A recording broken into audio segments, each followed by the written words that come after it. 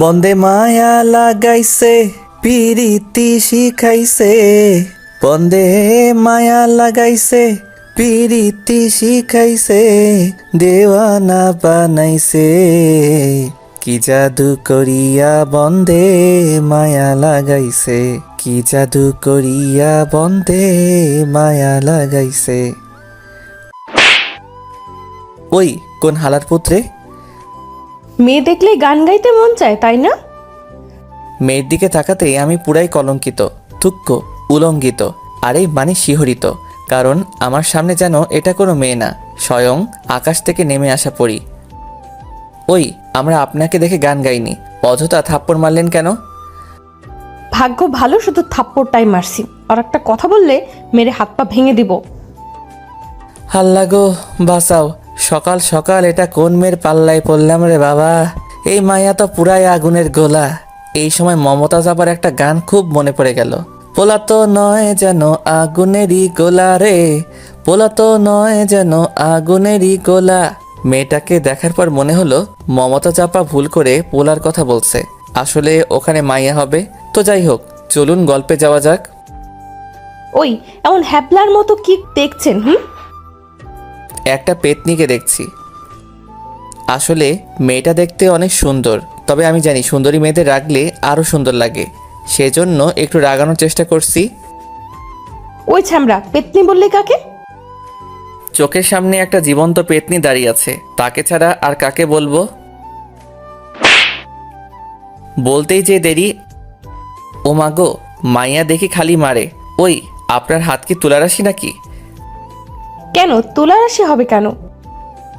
তাহলে কি কুত্তা রাশি? বলেই দিলাম এক দৌড়, কারণ যে কথা বলছি এবার নিশ্চয়ই একসাথে 3টা থাপ্পড় খাওয়া লাগতো। যে রাগী মেরে বাবা, তবে মাইয়া কিন্তু জোশ, আমার সাথে মানাবে অনেক। এই ফাঁকে ছোট্ট করে পরিচয় দেওয়া যাক, আমি রাকিব, আপনাদের ভদ্র লেখক। আজকে শুক্রবার, মাদ্রাসা বন্ধ, তাই ভাবছিলাম মাঠে গিয়ে একটু আড্ডা দিতে আসি। মাঠে এসে যেই মাত্র একটা গান ধরছি, তারপর কি হলো সেটা তো নিজের কানে থুক্কু চোখে দেখছেন। আপনাদের সাথে কথা বলতে বলতে বাসায় চলে আসছি। বাসার ভিতরে ঢুকে আম্মুকে বললাম, আম্মু খাবার দাও, খুব ক্ষুধা লাগছে। কি খাবি বল? কি কি আছে? জুতার বাড়ি, থাপ্পড়, লাথি, ঘুষি, কোনটা খাবি বল? মানে কি আম্মু, কি বলছো এসব? ঠিকই বলেছি, কতবার বললাম বিয়েটা করে নে, সেটা তো করলিই না। প্রতিদিন মেয়েদের হাতে থাপ্পড় খেয়ে আসিস, তোর লজ্জা করে না? আসলে আম্মুর রাগ হওয়ার যথেষ্ট কারণ আছে, কারণ এর আগে 64টা মেয়েকে প্রপোজ করেছিলাম, সবাই 2টা করে মোট 128টা থাপ্পড় মারছে, আর প্রত্যেকবারই আম্মু আমার গালে মলম লাগিয়ে দিত। অবশ্যই আজকেও দিবে।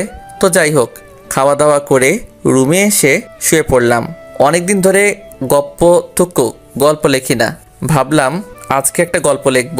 যেই বলা সেই কাজ, সোজা ফেসবুকে লগ ইন করলাম, আর সাথে সাথে টুং টাং টুং মেসেজের শব্দে পুরো ঘর কেঁপে উঠল। অল্প একটুর জন্য ঘরটা শুধু ভেঙে পড়েনি। তো যাই হোক, ইনবক্সে ঢুকেই আমি পুরাই শিহরিত, কারণ ফেসবুকে ফুলের সাথী প্রজাপতি নামে একটা আইডি থেকে কয়েকটা মেসেজ এসেছে।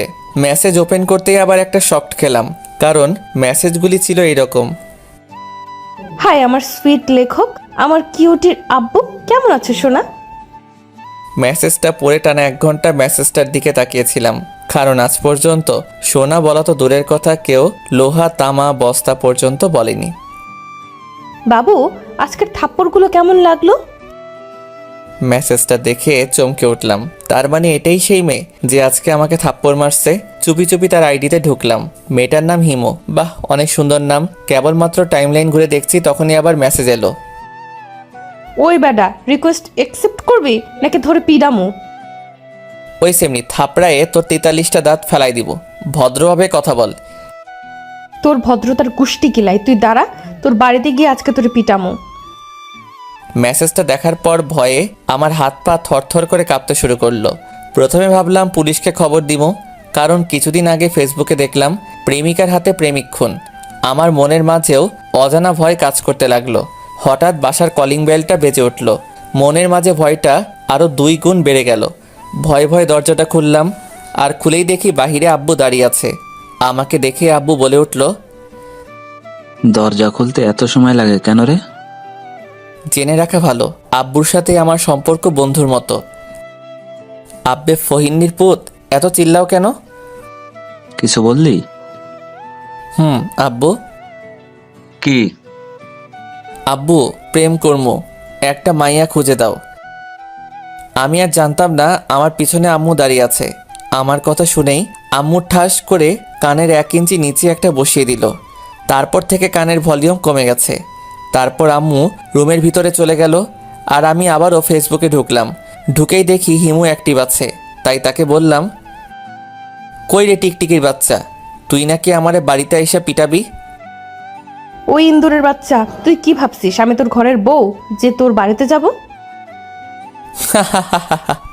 হো হো হো, ভয় পাইছিস নাকি? শালা কুত্তা, আমি তোর দাঁত ভাইঙ্গা ফালামু, কাল মাঠে আসিস। ও মা গো, মাইয়া দেখে আমারে ভয় দেখায়। ওই শালির পুত, তোরে আমি লবণ মরিচ দিয়া কাঁচা গিলা খামো।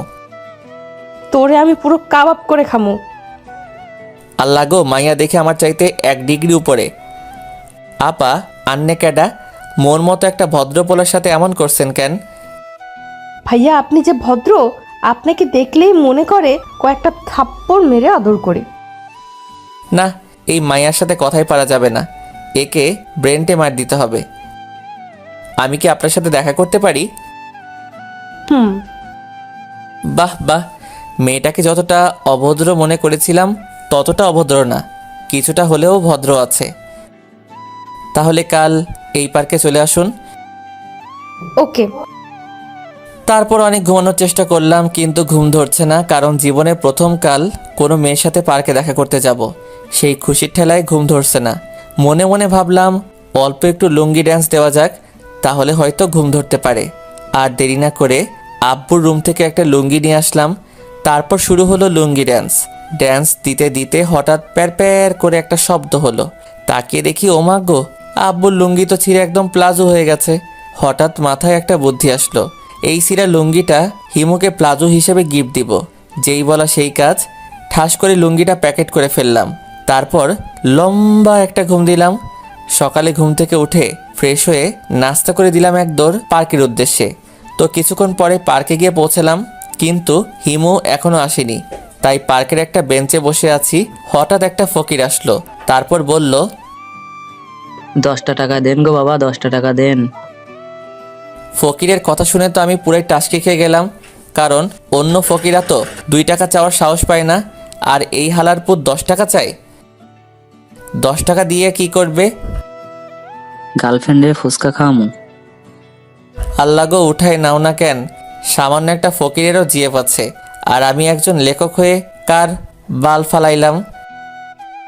ভাই, তোর কাছে যদি এক্সট্রা আর কোনো গার্লফ্রেন্ড থাকে তাহলে আমাকে একটা ভিক্ষা দিস। সরি ভাই, কাল বললে হতো, আজ আর হবে না। কেন? কাল 2টার সাথে ব্রেকআপ হয়ে গেছে, একটার অন্য জায়গায় বিয়ে হয়ে গেছে, তাই। তারপর আর কিছু মনে নাই। ঠাস করে মাটিতে পড়ে ফাটাস করে বেহুশ হয়ে গেছি। জ্ঞান ফেরার পর তাকিয়ে দেখি হিমু আমার দিকে অগ্নি দৃষ্টিতে তাকিয়ে আছে। আমি কিছু বলার আগেই ঠাস করে একটা থাপ্পড় বসিয়ে দিল। তখন আমার জ্ঞান ছিল, কিন্তু হিমু যখন বলল, ওই শালা লুচ্চার ঘরের লুচ্চা, তুই নাকি পার্কে একটি মেয়ের লাভ লেটার দিছিস? তোমাকে কে বলল? ওই ফকিরটা বলেছে, আর এটাও বলেছে তোমাকে নাকি ওই মেয়ের বয়ফ্রেন্ড পিটায় বেহুশ করছে। এইটা শোনার পর বাকি সব ইতিহাস হয়ে গেছে, মানে আর কিছু মনে নাই। আবারও বেহুশ হয়ে গেছি। তারপর যখন জ্ঞান ফিরল তাকিয়ে দেখি আমি আমার রুমের ভিতরে শুয়ে আছি, আর আমার পাশে আম্মু আর আব্বু বসে আছে। আমাকে কোনো কথা বলার চান্স না দিয়ে আম্মু, চল কোথায়? তোকে বিয়ে করাতে। কার সাথে? কাজের বেটি জরিনার সাথে। আল্লাহ গো, মুই এখন কিতা করতাম? শেষে কিনা কাজের বেডিরে বিয়া করতে হইবে? পাঠক পাঠিকা আপনারা বলেন, এটা কি মানায়? আম্মু, আমি বিয়া করতাম না। আমি এই বিয়ে মানি না, মানবো না। তুই বিয়ে করবি না, তোর বাপ বিয়ে করবে। তুমি আমার 10টা না 5টা না একটা মাত্র বউ। তুমি যখন বলেছো তাহলে আমি দ্বিতীয় বিয়ে করতে রাজি। আব্বুর কথা শুনে তো আম্মু পুরাই রেগে আগুন। পরিস্থিতি ভালো মনে হচ্ছে না। তাড়াতাড়ি বিছানা থেকে উঠে দিলাম এক দৌড়ে মাঠে চলে আসছি। কিন্তু মাঠে আসার পর আমি পুরাই শিহরিত। আমি হাসবো নাকি কাঁদবো কিছুই বুঝতে পারতেছি না, কারণ মাঠে এসে দেখি হিমু আর তার বান্ধবীরা আড্ডা দিচ্ছে। সেটা বড় কথা নয়, বড় কথা হলো কাল আমি যে ছিঁড়া লুঙ্গি প্লাজো হিসেবে হিমুকে দিতে চেয়েছিলাম সেটা পরে এসেছে। বাহ বাহ, খুব সুন্দর লাগছে এটা পরে। আরও অবাক হলাম হিমু এর বান্ধবীদের কথা শুনে। দোস্ত, তোর প্লাজোটা কিন্তু সেই। আমার বয়ফ্রেন্ড গিফট করছে। আল্লাহ গো, দড়ি ফালাও উইঠা যাই। আমি নাকি ওর বিএফ? আর কি যোগ আইলো রে ভাই, লুঙ্গিকে প্লাজো বানাই ফেলছে। তোর বিএফ এর নাম কি আর দেখতে কেমন? নাম রাকিব, একজন লেখক। আর ও তোদের পিছে দাঁড়িয়ে আছে, দেখ। তার মানে আমি যেখানে দাঁড়িয়ে আছি হিমু সেটা অনেক আগেই দেখে ফেলেছে। হিমুর কথা শুনে ওর বান্ধবীরা আমার দিকে ফ্যাল ফ্যাল করে তাকিয়ে আছে। মনে হচ্ছে যেন আমাকে চোখ দিয়ে খেয়ে ফেলবে। ওদের তাকিয়ে থাকা দেখে আমিও একটা বোকামার্কা হাসি দিয়ে ওদের কাছে গেলাম। তারপর, ভাইয়া কেমন আছেন? প্লিজ ভাইয়া বলবেন না, কলিজায় আঘাত লাগে। তাহলে কি বলবো? কেন, জান বাবু সোনা বলে ডাকবা? আমার কথা শুনে ওর বান্ধবীরা লজ্জা পেয়ে বান্দরের মতো লাফাইতে লাফাইতে চলে গেল। হাই সকিনা। ওই লুচ্চা ছকিনা কাটা। কেন তুমি? কুত্তা। মাইন্ড ইওর ভাষা, আই এম ভদ্র বয়। আমার ইংরেজি শুনে হিমু পুরাই টাস্কি খাইলো। হেতি মনে হয় বাপের জন্মে এমন ইংরেজি শুনে নাই। বাংলার কুত্তা, আবার ইংরেজি মারাও, তাই না? এই মাইয়া তো দেখি পুরাই ডেঞ্জারাস। আমি তো জানি হিমুই আমাকে বাসায় রেখে এসেছে। হাসপাতাল থেকে আমাকে বাসায় রেখে এসেছিল কোন হালার পুত? তোমার আব্বু। কি, কিভাবে?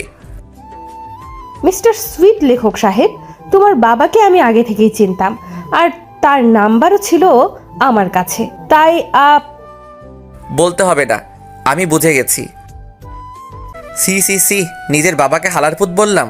হঠাৎ মনে পড়লো এই শালির কাছ থেকে যদি নাম্বার চাই তাহলে থাপ্পড় মেরে সব দাঁত ভেঙে ফেলবে। আব্বুর ফোনে তো নিশ্চয়ই হিমুর নাম্বার আছে। আর কোনো কথা না বলে বাসার উদ্দেশ্যে দিলাম দৌড়। বাসায় এসে বিদ্যুৎ গতিতে আব্বুর ফোনটা হাতে নিলাম। আব্বুর ফোনটা হাতে নিয়ে কল লিস্ট আর মেসেজ দেখে আমি পুরাই কলঙ্কিত, থুক্কু শিহরিত। কারণ আব্বুর ফোনে যেসব নামে নাম্বার সেভ করা তার কিছু উদাহরণ নিচে দিলাম। জান, বাবু, সোনা, লোহা, প্লাস্টিক, তামা, ভাঙাচোরা ইত্যাদি ইত্যাদি। আরও অবাক হলাম মেসেজ অপশনে গিয়ে, কারণ আব্বু পাশের বাসার আন্টির সাথে থাকার কইতাম না। আমি আবার হিমুর নাম্বার খুঁজতে লাগলাম। দীর্ঘ 30 মিনিট সাধনা করার পর আমি হিমুর নাম্বার পেলাম। আর 1 মিনিট দেরি না করে ঠাস করে হিমুর নাম্বারে কল দিলাম। হাই ফুলটুসি। হোয়াট? এত হোয়াট হোয়াট করো কেন? কে বলছেন? তোমার জান, বাবু, সোনা। ওই কুত্তা, তুই ক্যাডারে? ওই ইন্দোরের বাচ্চা, আমি তোর বিএফ। আমার কোনো বিএফ নাই। কে তুই? ওই শালি, তোর যদি বিএফ না থাকে তাহলে আমি কেডা? শালা লুচ্চা, তুই একটা রোহিঙ্গা। সি সি সি, এত বড় অপমান! আমিও কম কিসে? তুই বান্দরনি, কুত্তি, তেলাপোকা। টুট টুট টুট। যা বাবা, কলটাই কেটে দিল। আমি আবারও কল দিলাম।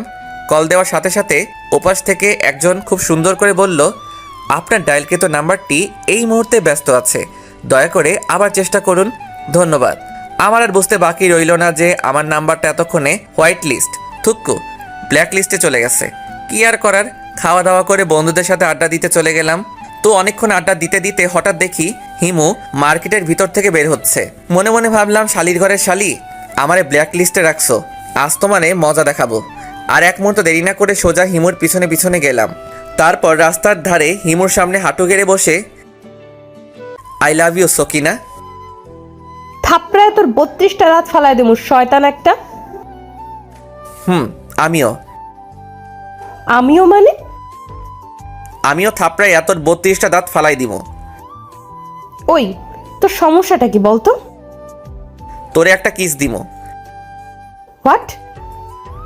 আর এক মুহূর্ত দেরি না করে তার ঠোঁটে আমার একজোড়া ঠোঁট লাগিয়ে দিলাম। প্রায় 5 মিনিট ধরে একটা কিস দিলাম, দিয়েই দিলাম এক দৌড়। কারণ যে রাগী মেয়ে কখন কি করে না করে, তার উপর আবার কিস দিছি। ভাবতেই খুশি খুশি লাগতেছে। তো যাই হোক, আপনাদের সাথে কথা বলতে বলতে বাসায় চলে আসছি। বাসায় ঢুকে আম্মুকে বললাম, আম্মু খেতে দাও। কি খাবি বল? যেটা আছে সেটাই দাও তো, খুব ক্ষুধা লাগছে। লাল লিপস্টিক, কালো লিপস্টিক, পিঙ্ক কালারের লিপস্টিক, কোনটা খাবি বল? তুমি মোর লগে ইয়ার্কি মারো? ইয়ার্কি মারবো কেন? আয়নায় গিয়ে নিজের মুখটা একবার দেখে আয়। আমি বীরের মতো আয়নার সামনে বুক ফুলিয়ে গেলাম, আর গিয়েই তো আমি পুরাই টাসকি খেলাম, কারণ হিমুকে কিস দেওয়ার সময় ও ঠোঁটে লাল লিপস্টিক দিয়ে আমার ঠোঁটও লাল হয়ে গেছে। হঠাৎ পিছন থেকে আম্মু বলল, মাইয়াটা ক্যাডা? কোন মাইয়া? ওই কোন হালার পুত মারল রে?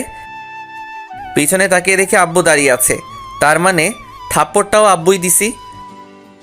মারলা কেন? হারামজাদা, তুই নাকি আমার বন্ধুর মেয়ের ইয়ে দিছস। ইয়ে কি? ইয়ে বুঝিস না? দাঁড়া, তোকে মজা দেখাচ্ছি আজকে তো। হঠাৎ বাসার কলিং বেল বেজে উঠল। আম্মু গিয়ে দরজা খুলতেই আমার চোখ কপালে উঠে গেল, কারণ যে এসেছে সে আর কেউ না, ওই ডাইনি মেয়েটা মানে হিমু। হিমু ভিতরে এসে আম্মুকে বলল, আন্টি, তোমাদের বাসায় চোর পিটানোর লাঠিটা কই? কি লাঠি দিয়া কিতা করবা? বলেই এক দৌড়ে রুমে চলে গেলাম। রুমে গিয়ে আগে দরজাটা লাগিয়ে দিলাম। কিছুক্ষণ পর বাহির থেকে হিমু বলতেছে, শয়তান, বের হ বলছি। বেশি পিটাবো না, শুধু 2টা থাপ্পড়, একটা ঘুষি, একটা লাথি আর একটা লাঠি দিয়ে কয়েকটা পিটামো। আল্লাহ গো উঠাইয়া লও। এই মাইয়া কয় কি এতগুলো পিটাবে, আবার কয় বেশি পিটাবো না। বাহির থেকে আবার হিমু বলল, ওই কুত্তা, দরজা খুল বলছি, না হলে কিন্তু দরজা ভেঙে দিয়ে তোরে পিটামো। আম্মা ও আম্মা গো, ও আব্বা গো, তোমার পোলাটারে বাঁচাও গো। তোর মতো ছেলেকে এইভাবেই পিটানো উচিত। দরজা খোল বলছি, তাছাড়া আজকে তোরে মাইরেই হালামো। আল্লাহ গো রক্ষা করো, এই ডাইনিটা তো আজকে আমাকে মেরেই ফেলবে। কি আর করার, ভয় ভয় দরজাটা খুলে দিলাম। আর দরজা খোলার সাথে সাথে শুরু হয়ে গেল উদুম কেলানি। ও আম্মা গো, আব্বা গো, ও খালা গো, ও মামি গো, আমি আর কোনোদিন কিস দিব না, মাইরা ফেলাইলো গো। অবশেষে দীর্ঘ 32 মিনিট পিটানোর পরে শান্ত হলো। তারপর আমি কোনো মতে উঠে গিয়ে বিছানায় বসলাম। আসলে আমি একটু ব্যথা পাইনি, কারণ মাইয়া মানুষ মারলে তেমন ব্যথা লাগে না, তাই একটু ব্যথা পাওয়ার অভিনয় করলাম। কিছুক্ষণ পর হিমু আমার রুমে আসলো, তারপর বলল, সরি সোনা, একটু বেশি পিটাইছি। মনে চাচ্ছে থাপড়াইয়া 43টা দাঁত ফালাইয়া দেই। রাগ করছো কেন সোনা? বেশি তো পিটাইনি, মাত্র 43টা থাপ্পড়, 31টা লাঠি, 19টা ঘুষি আর লাঠি দিয়ে কয়েকটা পিটাইছি। এতক্ষণে আমার শরীরে ব্যথা ছিল না। হিমুয়ের কথা শুনে আমার শরীরে ব্যথা আরও বেশি হয়ে গেল। শালি জি কি মারটাই না মারলো।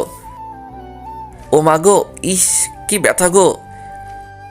কাছে আসো, ব্যথা দূর করে দিচ্ছি। ওই ফইনির জি, আমার কাছে আসবি না। দাঁড়া, আম্মুকে ডাক দিচ্ছি, তোরে আবার পিটামো। কি আর করার, বাধ্য ছেলের মতো হিমুর কাছে গেলাম। শালা আজকে কার মুখ দেখে যে ঘুম থেকে উঠেছিলাম আল্লাহ জানে। হিমুর কাছে যেতেই আমাকে অবাক করে দিয়ে হিমু, ব্যথা কমেছে? না, আরও একটা দিলে কমবে। এবার মনে হয় আরেকটা কিস পাবো, কিন্তু শালা লুচ্চার ঘরের লুচ্চা, একটা দিয়ে পেট ভরে না। বলেই ভেংচি কেটে চলে গেল। এই কিতা হলো, আমি ভাবলাম আরেকটা কিস পাবো, উল্টা এই শালি তো আমার অপমান করলো। মনে মনে সিদ্ধান্ত নিয়ে নিলাম, আজকে রাতে তো হিমু আমাদের বাসাতে থাকবে, আজকে সারা রাত ওকে পিটাবো। তো দেখতে দেখতে রাত হয়ে গেল। খাওয়া দাওয়া করে সবাই যার যার রুমে চলে গেল। বলে রাখা ভালো, আমাদের রুম 5টা, একটাতে আমি থাকি, আরেকটাতে আম্মু আব্বু থাকে, আরেকটাতে ছোট্ট ভাই থাকে। আমিও আমার প্ল্যান মতো কাজ শুরু করে দিলাম। তখন রাত 2টা। আমি আমার রুম থেকে লাঠি নিয়ে, যেটা দিয়ে আমারে পিটাইছে, হিমুর রুমের দিকে গেলাম। গিয়ে দেখি শালি কম্বলের মধ্যে ঢুকে গেছে। আর এক মুহূর্ত দেরি না করে এক লাফে খাটের উপর উঠে শুরু করে দিলাম উদুম কেলানি। ঠাস ঠাস ঠাস ঠাস দীর্ঘ 1 ঘন্টা পিটাইলাম। পিটানোর কারণে শালি মনে হয় বেহুশ হয়ে গেছে। আমিও মনের আনন্দে গান গাইতে গাইতে আমার রুমে চলে আসলাম। আজ পাশা খেলবো রে শাম, আজ পাশা খেলবো রে শাম। তারপর আনন্দের সাথে ঘুমিয়ে গেলাম। সকালে ঘুম ভাঙলো আম্মুর চিল্লানিতে। এত সকাল সকাল চিল্লাও কেন? কাল রাতে বাসায় ডাকাত এসেছিল। আমি মনে মনে ভাবলাম, যাক বাবা, হিমুকে পিটানোটা তাহলে সার্থক হয়েছে। হঠাৎ চোখে পড়ল আমার ছোট ভাইয়ের উপরে। তাকিয়ে দেখি তার গালগুলো আলুর মতো হয়ে গেছে, চোখ দুটো ফুটবলের মতো হয়ে গেছে। তোর এমন অবস্থা কেন? ভাইয়া, কাল রাতে ডাকাত আমার রুমে ঢুকে আমারে পিটাইছে। ছোট ভাইয়ের কথা শুনে আমি তো আকাশ থেকে পড়লাম। তাহলে কাল রাতে আমি হিমু ভেবে ছোট ভাইকে পিটাইছি? C C C. যে হালারপুত আমারে মারছে তার জীবনেও বিয়ে হবে না। শালারপুতের জিএফের সাথে ব্রেকআপ হয়ে যাবে। এমন কথা বলে না ছোট ভাই। আমি ঠিকই বলেছে, আমার ছেলেকে যে মারছে আল্লাহ তার হাত ভেঙে দাও। আল্লাহ গো, উঠায় নাও না কেন? মুই আর এই দেশে থাকবো না। মুই আজকেই চামচুক্কা চলে যাবো। হঠাৎ চোখে পড়লো হিমুর উপরে। শালি 43টা দাঁত বের করে মিটি মিটি হাসতেছে। আমি ওকে ইশারা করলাম আমার রুমে আসার জন্য, আর আমিও আমার রুমে চলে গেলাম। কিছুক্ষণ পর হিমু আমার রুমে আসলো। আমাকে কোনো কথা বলার চান্স না দিয়ে হিমু বলল, কি খবর মিস্টার সুইট কিউট কমেডিয়ান লেখক সাহেব?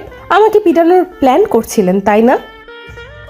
শালির জি, তোর জন্য আমি আমার ছোট ভাইরে পিটাইছি। তোরে আজ আমি খাইয়া ফেলামু। মাইন্ড ইওর ভাষা। তুই আমাকে খাবি মানে? আমি কি আলু বেগুন পটল নাকি? এইভাবে তর্ক করতে করতে একসময় আমাদের মাঝে তুমুল হারে মারামারি লেগে গেল। আমি হিমুর চুলের মুঠি ধরে ঠুস ঠাস করে কয়েকটা লাগিয়ে দিচ্ছি, আর হিমু আমার চুল ধরে আমারে থাপ্পড় দিচ্ছে। অবশেষে দীর্ঘ 30 মিনিট ধরে আমরা মারামারি করলাম। আমাদের মারামারিতে বেশ কয়েকজন শহীদ হয়ে গেছে। তারা হলো বীরশ্রেষ্ঠ কোলবালিশ, কয়েকটা বালিশ, গ্লাস, আয়না ইত্যাদি ইত্যাদি। বর্তমানে আমরা 2 জন রেস্ট নিচ্ছি। হঠাৎ হিমু বলল, আমি তোকে ভালোবাসি রে। হিমুর মুখে এমন কথা শুনে আমি ভ্যাবাচাকা খেয়ে গেলাম। আমিও এই কয়েকদিনে হিমুকে ভালোবেসে ফেলেছি, কিন্তু প্রকাশ করিনি। তো আমি কি করব? প্লিজ ইয়ার কি করিস না, আমি সিরিয়াসলি বলছি। তো আমি কি করব? মানে তুই কি আমাকে সত্যিই ভালোবাসিস না? না। আমার কথা শুনে হিমু কাঁদতে কাঁদতে চলে যেতে ধরলো। তখনই আমি ওর হাতটা ধরে ওকে বুকে টেনে নিলাম। তারপর আলতো করে ওর কপালে একটা ভালোবাসার পরশ এঁকে দিলাম। শয়তান কুত্তা বিলাই, আমাকে কষ্ট দিয়ে খুব শান্তি পাও তাই না? ওই কুত্তি, কান্না বন্ধ কর। আমার শার্ট ভিজে গেল তো। যাক, তাতে তোর সমস্যা কি? বলেই আমাকে ধাক্কা দিয়ে বিছানায় ফেলে দিল। তারপর আমার বুকের উপর উঠে বসে আমাকে বলল, আমাকে এখন ভালোবাসোস? মানে হলো আমাকে এখনই ভালোবাসতে হবে। কিন্তু কিভাবে ভালোবাসবো? কুচি খোকা, হিসাব বোঝো না? দুধু খাও। ফেসবুকে তো ভালোই রোমান্টিক গল্প লেখো। তোমার গল্প পড়ে অনেক মেয়েই তোর প্রেমে হাবুডুবু খায়, আর এখন বলছিস কিচ্ছু জানি না। কিন্তু আমি তো... বিছানার উপরে একটা ফল কাটার ছুরি পড়েছিল, ওটা আমার গলায় ধরে, ভালোবাসা দিবি কিনা বল। ও আম্মা গো, ও আব্বা গো। বাচ্চা ছেলের মতো এমন সারাক্ষণ আম্মা আম্মা করিস কেন? আমি কিন্তু এখন কাঁদবো। আর একবার চিল্লালে বাবা হওয়ার ক্ষমতা চিরতরে বন্ধ করে দেব। আহ, বলে কি এই মাইয়া? তবা আস্তাগফিরুল্লাহ, নাউজুবিল্লাহ, কয় কিতা? এমন ভাব করছিস যেন ভাজা মাছটা উল্টে খেতে জানিস না। ওই সেমরি, ভাজা মাছ উল্টে খায় না, হাত দিয়ে তুলে মুখ দিয়ে খায়। এত কিছু বুঝোস কেন? আমি কিছু বলতে যাব তার আগে হিমু তার রসগোল্লার মতো ঠোঁট দুটো আমার ঠোঁটের সাথে লাগিয়ে দিল। আহা কি আনন্দ! ঠিক তখনই ঘটল আরেক অঘটন। আসলে 2 জনের ঠোঁট এক হওয়ার কারণে কথা বলতে পারছি না। ঠিক তখনই পেটের মধ্যে জমে থাকা 3 দিনের গ্যাস শব্দ করে বেরিয়ে আসলো। ঠাস ঠুস ফুস ফাস। পাদের বিকট আওয়াজে হিমু ঘরের ভিতর থেকে ঠাস করে গিয়ে বাহিরে পড়ল। কিছুক্ষণ পর মনে হলো কোন হালারপুত জানি আমার রুমের মধ্যে টয়লেট করে দিছে। কি বাজে গন্ধ! পরে রহস্য উদ্ঘাটন করে জানতে পারলাম এটা আমার গ্যাসের গন্ধ। এক দৌড়ে ওয়াশরুমে চলে গেলাম। দীর্ঘ 32 মিনিট পর ওয়াশরুম থেকে বের হলাম, আর আমি বাহিরে এসে পুরাই শিহরিত।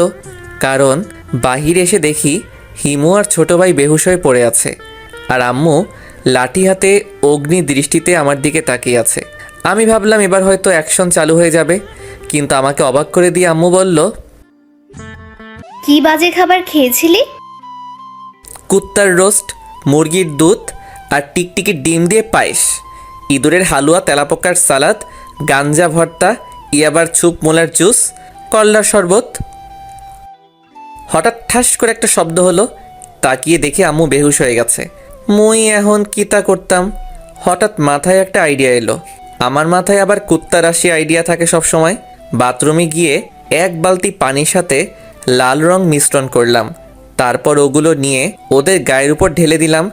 কিছুক্ষণ পর হিমুর জ্ঞান ফিরল, আর জ্ঞান ফেরার পরপরেই আমি গান ধরলাম, ফাইটটা গেছে, ফাইটটা গেছে, তোর মাথা ফাইটটা গেছে।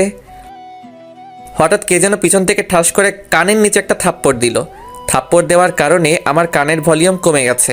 অনেক আগ্রহ নিয়ে পিছনে তাকিয়ে দেখি আব্বাই মারছে, আর এতক্ষণে সবার জ্ঞান ফিরছে।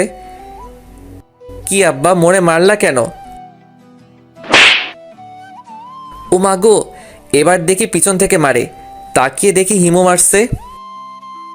ওই শালির জি, ফইন্নির ঘরের ফইন্নি, মারলি কেন? বলতেই যে দেরি, এবার আম্মু ঠাস ঠাস করে দুই গালে দুইটা বসিয়ে দিল। সাথে সাথে আমি ভাদাইম্মা স্টাইলে ডাক দিলাম, আম্মা, ও আম্মা গো, আম্মা, ও আব্বা গো। আমার এমন ভাদাইমা মার্কা ডাক শুনে ছোট ভাই পাশের রুম থেকে একটা লাঠি নিয়ে আইসা আম্মুরে দিছে আর বলছে, আম্মা এইটা লও, পিডাইয়া হাড্ডি ভেঙে দাও। হালার পুত, আমি তোর বড় ভাই। পাশ থেকে হিমু বলে উঠল, লাঠিটা আমারে দাও, আজকে ওরে মাইরা আমি ইতিহাস তৈরি করব। কি আর করার, লুঙ্গি খুলে মাথায় নিয়ে দিলাম এক দৌড়। দৌড়াতে দৌড়াতে হারামি বন্ধুদের কাছে চলে আসছি। আমাকে এভাবে দৌড়াতে দেখে বন্ধুরা বলে উঠল, এভাবে পাগলা কুত্তার মতন দৌড়াচ্ছিস কেন? আব্বে হালায়, একটা কুত্তায় ধাওয়া করছে। আসল কথা জানলে অপমান করতে করতে মাইরা ফেলাইব। ওহ, তা তোর গালেও কি কুত্তায় থাপড়াইছে? না না, এটা থাপ্পড় না, ওটা তো কুত্তা আদর করে চুমু দিছে। বলেই সবাই একসাথে মিলে একটা ভিলেন মার্কা হাসি দিল। ওদের সাথে তাল মিলিয়ে আমিও একটা আবুল মার্কা হাসি দিলাম। মাঝে মাঝে আমার সন্দেহ হয়, এরা আমার বন্ধু নাকি শত্রু। তো আড্ডা দিয়ে সবাই মিলে একটা মার্কেটে ঢুকলাম আমার বন্ধুর জিএফের জন্য শাড়ি কিনতে। কিন্তু শালা হালার পুতেরা আসছে প্যান্ট শার্ট পরে, আর আমি আসছি একটা লুঙ্গি আর গেঞ্জি পরে, তাও আবার লুঙ্গির 3 জায়গায় জোড়াতালি দেওয়া। তো যাই হোক, শাড়ি কিনে যখন বের হতে যাব তখনই দেখি হিমুও মার্কেটের মধ্যে ঢুকছে। আমি ওকে না দেখার ভান করে যাচ্ছি। হঠাৎ অনুভব করলাম কোন হালারপুত জানি আমার গেঞ্জি ধরে টানতে টানতে ভিতরে নিয়ে যাচ্ছে। তাকিয়ে দেখি সেটা আর কেউ না, ওই ডাইনিটা। কি হলো, এভাবে গেঞ্জি ধরে টানছো কেন? শালা লুচ্চা, জিএফের জন্য শাড়ি কিনতে আসছিস তাই না? এটা হাস্যকর। মানে? কিছু না। তারপর আমাকে টানতে টানতে মার্কেটের মধ্যে নিয়ে গেল, আর হারামি বন্ধুগুলো যাওয়ার সময় বলে গেল আমি নাকি অন্য মেয়ের সাথে চ্যাটিং করি। তো যাই হোক, দেখতে দেখতে একটা শাড়ির দোকানে বসলাম। মামা ওই শাড়িটা দেখান তো। এটা? না না, ওইটা। এই নিন। এটা দেখ তো কেমন লাগছে। কাজের বেটি জরিনার মতো। তোরে কি এখন এখানে পিটানো লাগবে? দেখ তো আমাকে কেমন লাগছে। সেই রকম অচাম, চুপ পার। মনে মনে বলছি তোকে তো পেতনির মতো লাগছে। তারপর গুনে গুনে 4টা শাড়ি কিনলো। কিনে আমার দিকে মুখ বাঁকিয়ে বলল, আমি আবার বেশি শাড়ি কিনি না, আমার অল্প হলেই চলে। ফহিনীর জি কয় কি 4টা শাড়ি কিনছে, আবার কয় আমি বেশি কিনি না। ভালো। আমার কাছে টাকা নেই, তুমি বিলটা দিয়ে আসো। বলে আমাকে কোনো কথা বলার চান্স না দিয়ে চলে গেল। আমি তো পুরাই শিহরিত, কারণ আমার কাছে মাত্র 8 টাকা আছে, তাও আবার বিকাশে। ভয়ে ভয়ে দোকানদারকে বললাম, ভাইয়া কত টাকা হয়েছে? মাত্র 18,550 টাকা স্যার। দোকানদারের কথা শুনে আমি মনে হয় আকাশ থেকে পড়লাম। মাথার মধ্যে চো চো ভো ভো ভো করছে। হঠাৎ ঠাস করে পড়ে ফুস করে বেহুশ হয়ে গেলাম। জ্ঞান ফিরে তো আমি পুরাই কলঙ্কিত, থুক্কু, শিহরিত। কারণ জ্ঞান ফিরে দেখি দোকানের সব লোক আমার সেবা যত্ন করছে। হঠাৎ দোকানের এক কর্মচারী বলে উঠল, স্যার টাকাটা দেন। কিসের টাকা? ও মনে হয় বেহুশ হয়ে সব কিছু ভুলে গেছে। ওর মাথায় লাঠি দিয়ে ঠাস করে একটা বাড়ি মার, তাহলে মনে পড়বে। হালারপুত কয় কিতা? আর একজন তো আরও এক ধাপ এগিয়ে বলল, ওই ওর লুঙ্গি আর প্যান্ট খুলে নে। আল্লাহ গো, মুই এখন কিতা করতাম? এই বেটা, টাকা বের কর।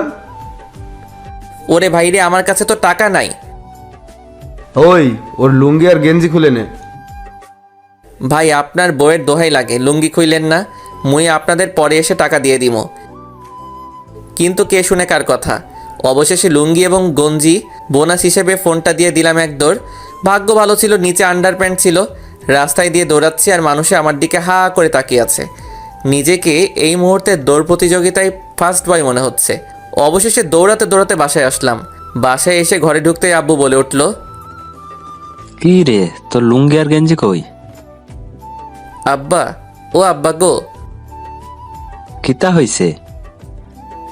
ও আব্বা গো। আবেগে কাইন্দা দিছি।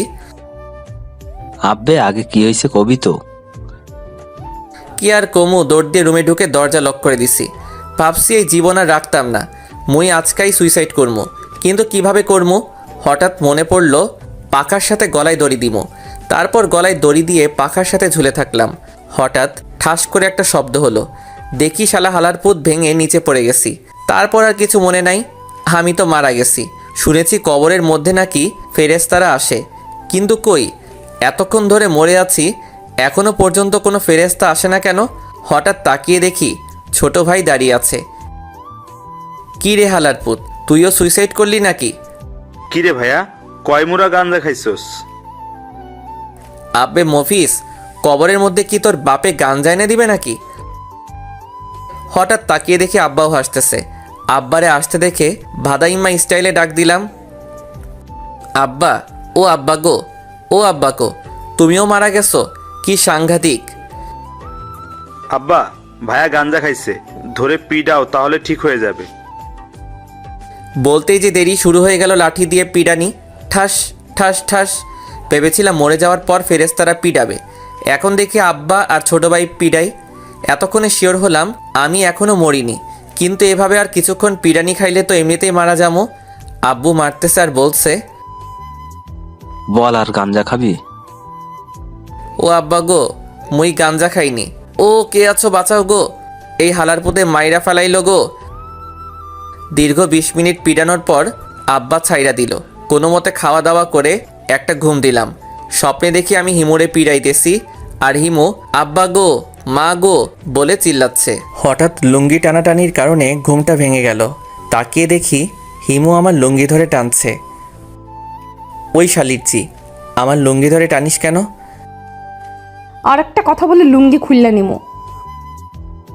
আল্লাহ গো, এই মাইয়া কয় কি? হঠাৎ তাকিয়ে দেখি আমার পরনে লুঙ্গি নাই। তার মানে এই শালিরজি আমার লুঙ্গি খাইয়া নিল। মন মেজাজ প্রচুর গরম হয়ে গেল। কোনো মতে বিছানা থেকে উঠে হিমুকে পিটানো শুরু করলাম। ওর চুলের মুঠি ধরে ওয়াশরুমে নিয়ে গেলাম। তারপর বাথরুমের বাথটাবে কিছুক্ষণ চুবালাম। এভাবে আরও অনেকক্ষণ পিটালাম। একসময় দেখি এতক্ষণ পিটানোর কারণে হিমু বেহুশ হয়ে গেছে। আমি তো ভাবছি হিমু মারা গেছে। আল্লাহ গো, এখন কিটা করবো? মনে হলো আরেকবার পানির মধ্যে চুবাই। বলতেই যা দেরি, চুলের মুঠি ধরে আবার পানির মধ্যে চুবালাম। আর তখন হিমু চিল্লাই উঠল, ও মা গো, বাবা গো, ও আল্লাহ গো। বলতেই যা দেরি, এক লাথি দিয়ে বাথটাবের মধ্যে ফেলে দিলাম। তারপর শালিরজি ভিতর থেকে বানরের মতো লাফাচ্ছে আর চিল্লাচ্ছে। আর আমি রুমে এসে একটা ডিজে গান দিয়ে চামচিকা অ্যান্ড ইঁদুরের মতো কিছুক্ষণ ড্যান্স দিলাম। নিজেকে এখন হালকা মনে হচ্ছে। অবশেষে আমিও প্রতিশোধ নিতে পারলাম। পরে মনে হলো, হায় আল্লাহ, শালি যদি মরে যায় তাহলে তো আমি পুরাই শেষ। তাড়াতাড়ি করে বাথরুমে গেলাম। আর গিয়ে তো আমি পুরাই শিহরিত, কারণ বাথরুমে গিয়ে দেখি হিমু লাঠি নিয়ে দাঁড়িয়ে আছে।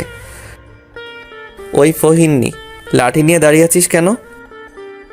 এটা তোর হাড্ডি ভাঙার জন্য। হায় আল্লাহ, এর দেখি পুরাই মাথা গেছে। এখন মই কিতা করতাম? আরে বইনার হবে না, ছেড়ে দে আমায়। অবশেষে অনেক বোঝানোর পর যখন শুনলো না, তখন ঠাস করে কানের নিচে কয়েকটা বসিয়ে দিলাম। ওই তুই আমারে মারলি কেন? আমি তো তোরে মারি নাই, আমি তো তোরে আদর করছি। দাঁড়া, তোকে দেখাচ্ছি মজা। হঠাৎ পিছন থেকে মা বলে উঠল, দেখা দেখি পরে হবে, তোদের প্রতিদিনের এই ঝামেলা আর সহ্য হয় না, তোদের আজকেই বিয়া দিয়া দিমু। আল্লাহ গো, কয় কি, এই মেয়েরে বিয়ে করলে তো জীবনটা পুরাই তেজপাতা হয়ে যাবে। না, মুই এই বিয়া জীবনেও করতাম না। হঠাৎ পিছন থেকে বাবা বলে উঠল, এতদিন অনেক কথা শুনছি, আর নয়, আজকেই তোরে বিয়া দিয়ে দিমু। আব্বুর কথা শেষ না হতেই হিমু মাথায় কাপড় দিয়ে আব্বু আর আম্মুকে সালাম করে দোয়া নেওয়া শুরু করে দিল। কি ফাজিল মেরে বাবা, উপরে ফিটফাট আর নিচে থাক আর কইতাম না। অবশেষে শিশু নির্যাতনের শিকার হয়ে আমার আর হিমুর বিয়েটা হয়ে গেল। বর্তমানে দাঁড়িয়ে আছি বাসর ঘরের সামনে, বন্ধুরা আমাকে বিড়াল মারার টিপস দিচ্ছে। অবশেষে বন্ধুদের টিপস দেওয়া শেষ হলো। আমি বুঝতে পারছি না, সারা বাড়িতে একটা বিড়ালও নাই, আর সবাই আমাকে বিড়াল মারতে বলছে। এখন আমি এই বিড়ালটা কই পাই? আপনাদের সাথে কথা বলতে বলতে বাসর ঘরে ঢুকে গেছি, আর বাসর ঘরে ঢুকতেই হিমু এসে আমার পা ধরে সালাম করলো। যাক বাবা, যতটা খারাপ ভেবেছিলাম ততটা খারাপ না, কিছুটা ভালো আছে। বেঁচে থাকো মা, থুক্কু বউ, তোমার জায়গায় তো আমার পায়ে না, আমার খাটে, থুক্কু বুকে। বলতেই যা দেরি, এক লাফে বউ আমার কোলে উঠে বসলো। ও আম্মা গো, ও আব্বা গো, বাঁচাও গো, কি ভারী তুমি ও মা গো। ওই কুত্তা, আমি তোর মা নই, আমি তোর বউ। জানি জানি, এখন নামো। ও মা গো, কোমর ভেঙে গেল গো। আচ্ছা, তোর তো কোনো বোন নাই তাই না? কেন? মাঝে মাঝে আমাকে একটু দুলাভাই বলে ডাকিস, কলিজাটা ঠান্ডা হবে। ও বলেই আমার উপরে ঝাঁপিয়ে পড়ল। নিজেকে এই মুহূর্তে বাংলা সিনেমার নায়িকাদের মতো লাগছে, আর হিমুকে লাগছে ভিলেনের মতো। কি রে, চুপ করে আছিস কেন? তো কি করব, চিল্লাচিল্লি করব? তুই না বলেছিলি বাসর রাতে ক্রিকেট টিম তৈরি করবি? ও তাই তো, আমার তো মনেই নাই। বলেই আমি ক্রিকেট টিম তৈরি করায় ব্যস্ত হয়ে পড়লাম। হঠাৎ ফট ফট ফট ফটাস করে একটা শব্দ হলো। তাকিয়ে দেখি খাট ভেঙে পড়ে গেছি। কি হলো এটা? নতুন রেকর্ড। মানে? বাসর রাতে খাট ভাঙার ইতিহাস। অবশেষে ইতিহাসের খাতায় আমার নাম উঠে গেল। বকাটে ছেলে বাসর রাতে খাট ভাঙার ইতিহাস। পরের দিনগুলো কেটে গেল অনেক আনন্দে। নতুন বিয়ে করেছি, বুঝেন তো মজাটা কেমন।